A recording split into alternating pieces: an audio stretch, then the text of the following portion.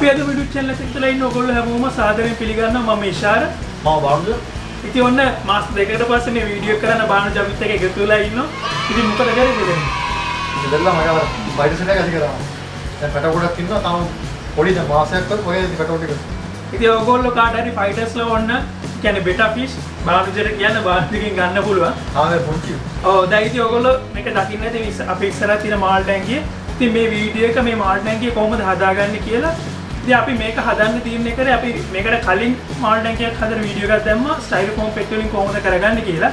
ඉතින් අපේ Facebook page එකට වගේම Instagram page එකට ගොඩක් අය මැසේජ් දාලා තිබ්බා ඒගොල්ලන්ට තව මාල් ටැංකියක් හදන විදිහ වීඩියෝ එකක් පෙන්වන්න කියලා. ඉතින් ඒක තමයි මූලිකම හේතුනේ මේක හදන්න. ඕනේ වීඩියෝ බලන්න ඕන මේ මම ඔබට ලින්ක් ක්ලික් කරපුවා. ඔව් ඔයගොල්ලන්ට විතර ක්ලික් කරලා ගිහිල්ලා ඒක කලින් අපි හදපු මාල් ටැංකිය වීඩියෝ එක බලන්න පුළුවන්. ඉතින් මේ වීඩියෝ එකේ වෙනකම්ම බලන්න අපි මේකේ කියලා දෙනවා කොහොමද වීදුරු කපන්නේ ඒ වගේ අලව ගන්න ටැංකිය ඒ ඔක්කොම මුළු process එකම කියලා දෙනවා. ඊවෙනකම්ම වීඩියෝ එක බලන්න. එහෙනම් දැන් බලමුනේ. මේ ටැංකිය දවස් දෙකක් කියලා. මේක අපි බලලෙමු කොහොමද කරන්නේ කියලා.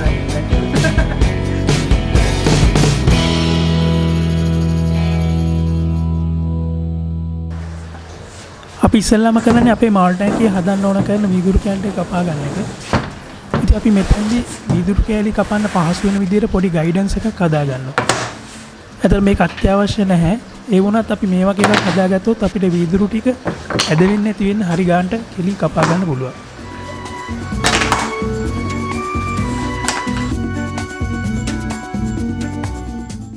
ඉතින් මෙතනදී අපි පාවිච්චි කරන අඟල් 3 කාලක් විතර ඝනකම MDF බෝට් කෑල්ලක්.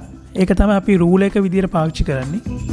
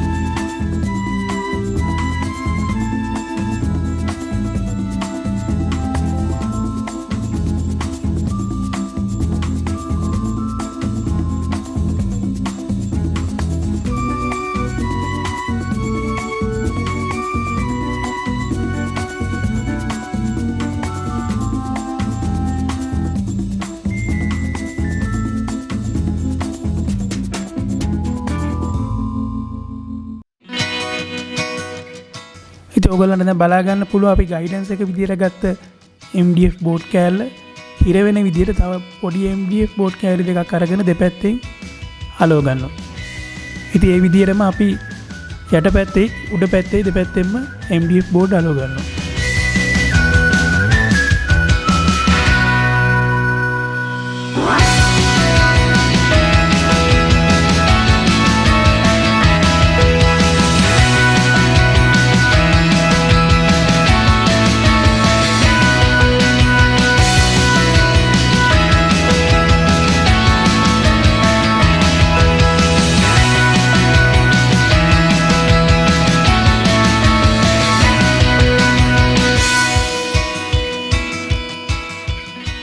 ඔයගොල්ලන්ට දැන් බලා ගන්න පුළුවන් මෙතන අපි වීදුරු කපන ටූල්ස් කීපයක් ගෙනත් තියෙනවා.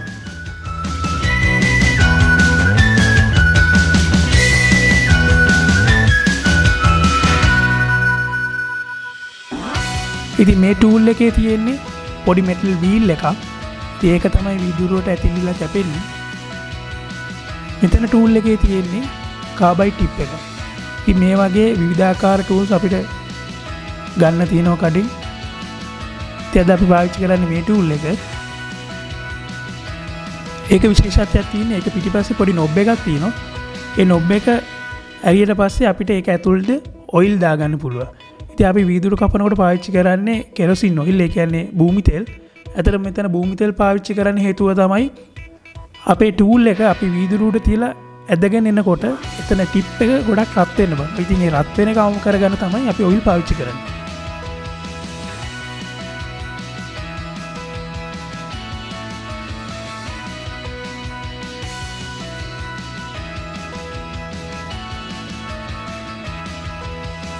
මේ ටූල් එකේ වීදුරුව කැපෙන වීල් එක තියෙන්නේ පොඩ්ඩක් මැද්දට වෙන්න. ඉතින් අපි රූල එක සෙට් කරගන්න තැන ගහපු ඉර ළඟින් නෙමෙයි මේක කැපෙන්න හේතු කරලා කපනකොට ඊට පොඩ්ඩක් දකුණට වෙන්න. ඉතින් මෙතෙන්දී අපි පොඩ්ඩක් දකුණට වෙන විදියට ටූල් එකේ සයිස් එක මාක් කරලා කැපෙන තැන ලයින් එකක් ඇඳගන්න එක තමයි කරන්නේ.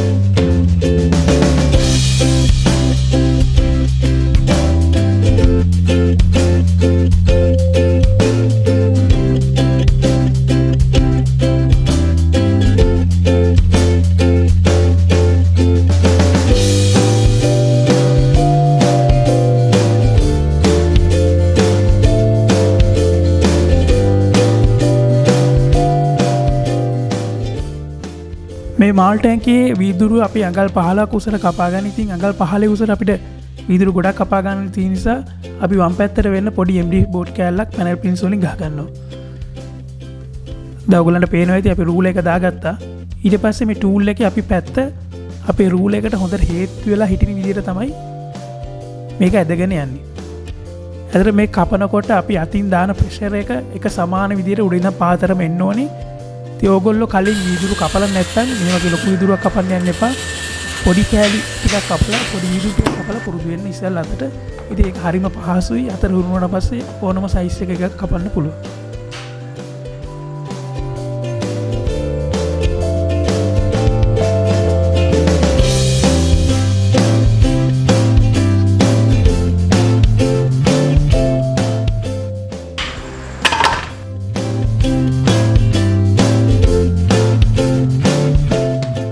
අපි මේ හදන ටැංකියේ දිග පළල වෙන්නේ දිග අඩි 2මාරක් ඒ වගේම පළල අඟල් 15ක් උස අඟල් 15ක්.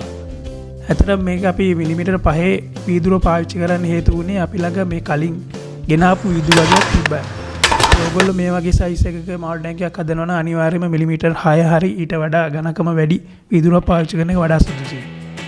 මාළු ටැංකියක් හදනකොට මාල් ටැංකියේ සයිස් එකට හරියන විදිහට ග්ලාස් එක thickness එක අපි කොහොමද තෝරගන්නේ කියන එක සම්බන්ධව සම්පූර්ණ විස්තරයක් අපි description එකේ දානවා. ඉතින් ඔයගොල්ලන්ට එතනින් ඒ තොරතුරු ඔක්කොම බලා ගන්න පුළුවන්.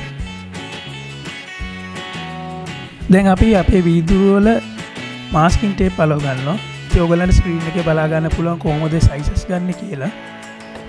අපි මෙතනදී වීදුරුවේ ඝනකම් අඩු කරලා ඒ විදිහට තමයි masking tape අලව ගන්නේ. ඇත්තට මෙතන මාස්කින් ටේප් අලව ගන්න එක අනිවාර්ය නැහැ.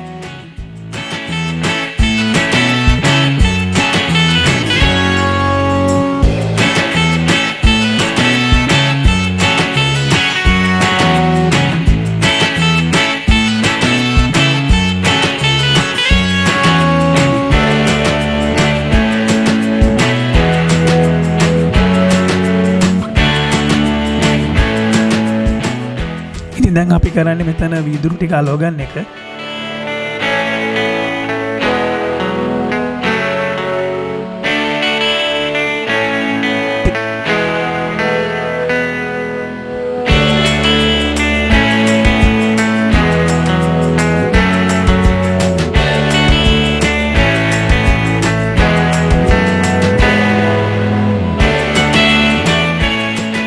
ඔයගොල්ලෝ මේ වගේ දෙයක් කරනකොට ටිකක් ඉක්මනට කරගන්න ඕනේ නැත්නම් සිලිකන් එක ඉක්මනට වේලෙන්න පුළුවන්.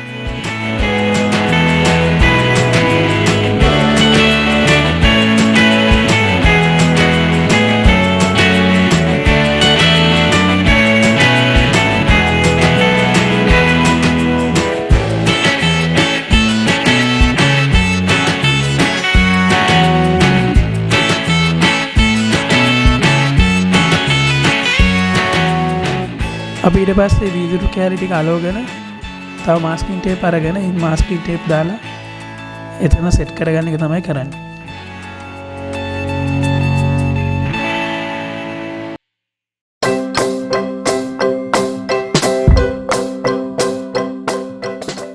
ඉතින් ඒ වගේ වීදුරු කෑලි ටික ඔක්කොම අලව ගත්තට පස්සේ අපි ආපහු සැරයක් ඇතුලෙනුත් සිලිකන් ලයින් එකක් වටේට මැදගෙන යනවා.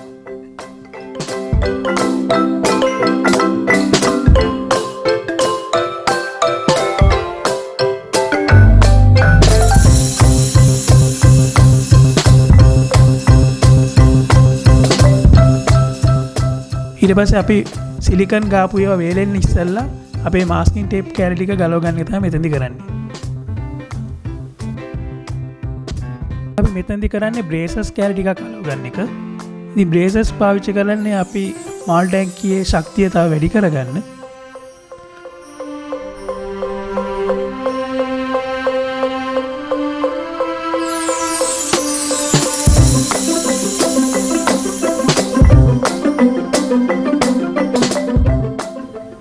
ඊට පස්සේ අපි අඟල් භාගයේ ඇලුමිනියම් එල් ඇංගල් කෑලි ටිකක් අරගෙන ටැංකියේ උස හරියට මාක් කරලා ඒ කෑලි හතරක් කපලා මෙතෙන්ට අලව ගන්න එක තමයි කරන්නේ.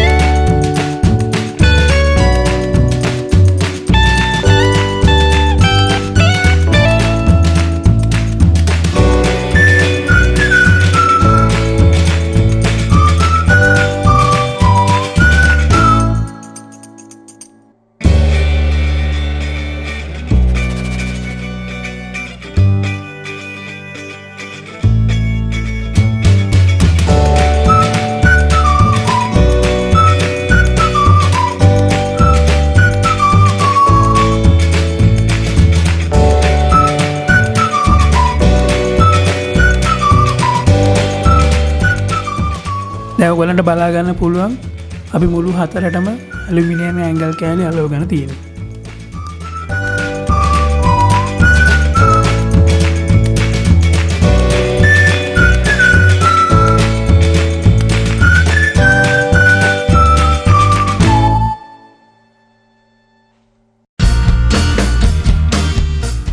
වතුර පුරවගෙන බැලුවා ටැංකියට. ඊට පස්සේ අපිට තේරුණා අපි දාපු බ්‍රේසස් මෙතන මදි කියලා. මොකද අපි පාවිච්චි කරලා තිබ්බේ මිලිමීටර් 5 විදුරු නිසා. ඉතින් අපි මෙතනදි තීරණය කරා අපි කලින් දාගත්ත බ්‍රේසස් ටික ගලවලා ටැංකියේ දිග අතර හිටින විදිය අලුතෙන් බ්‍රේසස් ටිකක් අලව ගන්න.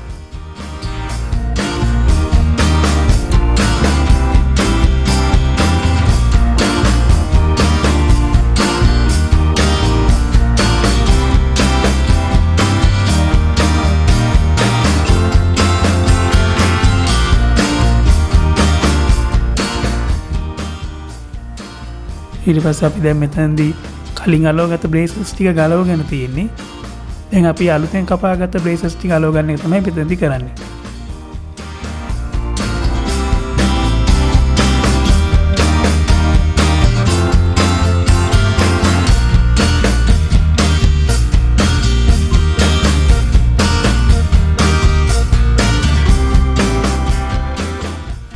ඊට පස්සේ මෙතනදී කරන්නේ අපි ටැංකියේ තියෙන බේස් එක හදාගන්න එක.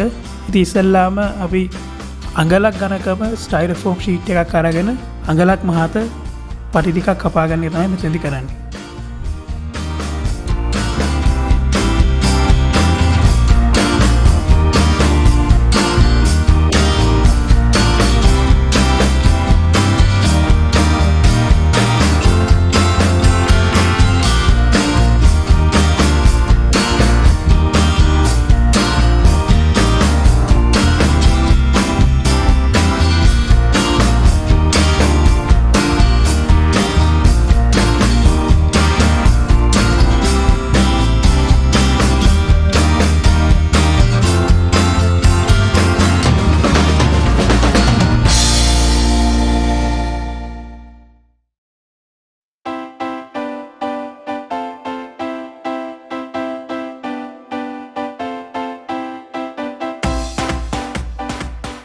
ඉතින් අපි ටැන්කේ සයිස් එක හරියට මාක් කරලා එජ්බෝම් කෑල්ලක් කපා ගන්න එක තමයි මෙතෙන්දි කරන්නේ. එතන අපි මෙතන පොඩි විශේෂයක් කරනවා. අපේ මාල් ටැන්කේ යට සයිස් එකට වඩා පොඩ්ඩක් ලොකු වෙන විදිහට තමයි මේ රෙජිෆෝම් කෑල්ල කපා ගන්න. මොකද අපි තීරණය කරා මේ රෙජිෆෝම් කෑල්ලේ උඩට ෆ්‍රේම් එකක් විදිහට හිටින විදිහට කලින් අඟලක සයිස් එකට කපා ගත්ත රෙජිෆෝම් කෑල්ල ටික අලව ගන්න.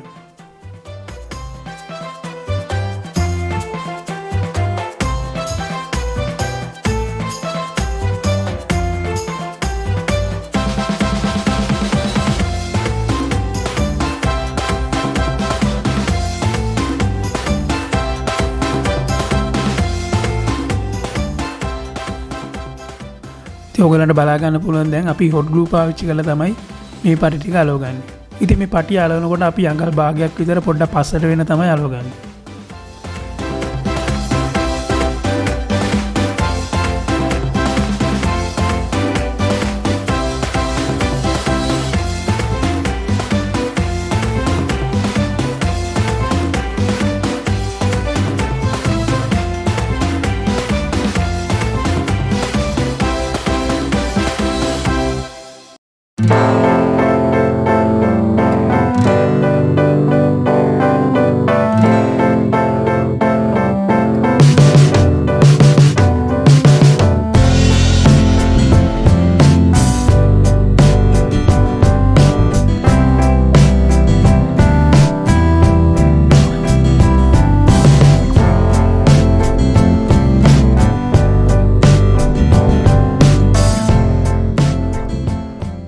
ඊට පස්සේ අපි අන්තිමට කරන්නේ අපි හදාගත්ත බේස් එක පේන්ට් කරගන්න එක.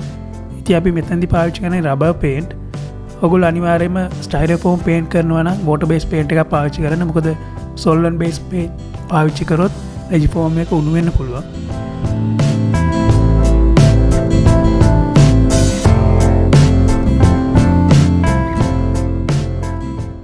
ඉතින් ඔයගොල්ලෝ දැන් දකින්නේ තේ කොහොමද මේක හදාගත්තේ කියලා. ඉතින් අපි මේකේ පොඩි වෙනස්කමක් තව කරගෙන තියෙනවා. ඉතින් මොකද මේ උඩ මේ දාන්න පොඩි පියනක් වේදාන් තියෙනවා. මේ පියනේ ඒවන් දෙපැත්තේ පොඩි ඉඩසක් තියෙනවා. ඔයාලට මාළු කෑම දාන්න පුළුවන්. ඒ නැත්තම් ඔය මෙතන ඔක්සිජන් බටර් වයර් ආරාමයේ ඔක්කොම ගන්න ඕන. මෙතන පොඩි පෝට් එකක් වගේ තියෙනවා ගන්න එළියට පුළුවන් මෙතන ගන්න. ඔව් ඒ ටික තමයි මේකේ කරගෙන තියෙන්නේ. ඉතින් අපි ඉස්සරහට මේකේ තව වෙනස්කම් ගොඩක් කරගන්න හිතාගෙන ඉන්නවා. ඉතින් අපි මෙතන මැද්දෙන් දාන්න හදන අන්ඩර්වෝටර් වෝටර්ෆෝල් එකක්. ඒක අපි තමයි හිතුවේ නෑ අපි හිතන්නේ ලංකාවේ තියෙන මේ වෝටර්ෆෝල් එක එක හදලා ගන්න. ඒක හිතුවේ මොකද්ද ගන්න වෝටර්ෆෝල් එක කියලා. ඔව් අපි ඉතින් Instagram එකේ අපේ Facebook page එකේ අපේ ලංකාවේ තියෙන දියඇලි වල ෆොටෝස් ටිකක් දානවා. ඉතින් ඔයගොල්ලෝ ඊළා එක බැලුවොත් ඔයගොල්ලන්ට සිලෙක්ට් කරන්න පුළුවන් මොකක්ද හොඳ කියලා. ඉතින් වැඩියෙන්ම කමෙන්ට්ස් හම්බෙන එක තමයි අපි හදන්න හිතාගෙන ඉන්නේ. ලංකාවේ මොකද ලස්සන වෝටර්ෆෝල් එක? ලස්සනම ඉතින් ඒක එක එක්කෙනාට අනුව වෙනස් වෙනවා. ඉතින් හැම වෝටර්ෆෝල් එකක්ම වගේ ලස්සනයි. ඉතින් අපි ඇත්තටම අපි හොබි එකක් විදිහට ට්‍රැවල් ෆොටෝග්‍රැෆි කරනවානේ. ඉතින් ඔයගලන්ට අපේ පර්සනල් Instagram page එක තියෙනවා. ඉතින් ඒකත් අපි මෙතන දාන්නම් පල්ලෙහාන් ලින්ක් එක. ඔයගොල්ලෝ ට්‍රැවල් ෆොටෝග්‍රැෆර් කෙනෙක් නම් ඉතින් ඒව ගිහිල්ලා බලන්න. ඒ ටික තමයි කියන්න තියෙන්නේ. තව විශේෂ දේවල් තියෙනවා. අපේ පයිසලා තියෙන ඔක්කොම බලන්න ඕන නම් අපේ channel එක subscribe කරන්න. සබ්ස්ක්‍රයිබ් කරලා බෙල් එක ගහගන්න. ඔව් ඒ වගේම තමයි මේ වීඩියෝ එක හොඳයි කියලා හිතනවා ඔයගොල්ලෝ ලයික් එකක් දාන්න. තව ඔයගොල්ලන්ට මොනවා හරි මේ සම්බන්ධව ගැටලු තියෙනවා නම් පල්ලෙහා කමෙන්ට් එකක් දාන්න පුළුවන්. ඉතින් අපේ Instagram page එක තියෙනවා, Facebook page එක තියෙනවා අපි හදමු කියලා. ඒ දෙකම follow කරන්න. එහෙනම් ඉතින් මේ වගේම මේ තවත් වීඩියෝ එකකින් හම්බ වෙනකන් අදට සමුගමු. හැමෝටම සුබ දවසක්. ජය වේවා.